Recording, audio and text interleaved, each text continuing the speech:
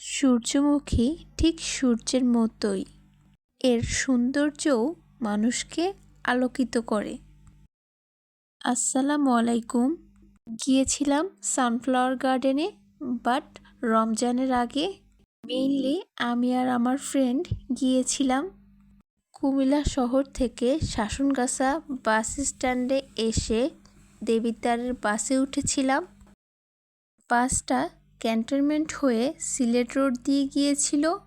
Almost 1 hour পর আমরা দেবিদ্বার চৌরাস্তার মোড়ে এসে পৌঁছেছি।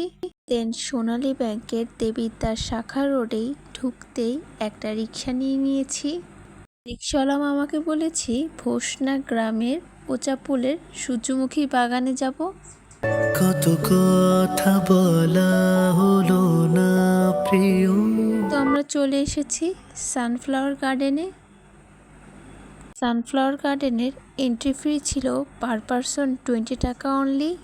ছবি তোলার জন্য অনেক সুন্দর একটা প্লেস ছিল। এত সুন্দর একটা বাগান দেখে মনটাই ভরে গিয়েছিল।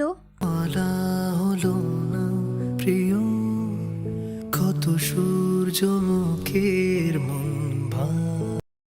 প্রতিটি সূর্যমুখী ফুলকে মনে হয় প্রকৃতিতে প্রস্ফুটিত সূর্যের এক একটি প্রাণ।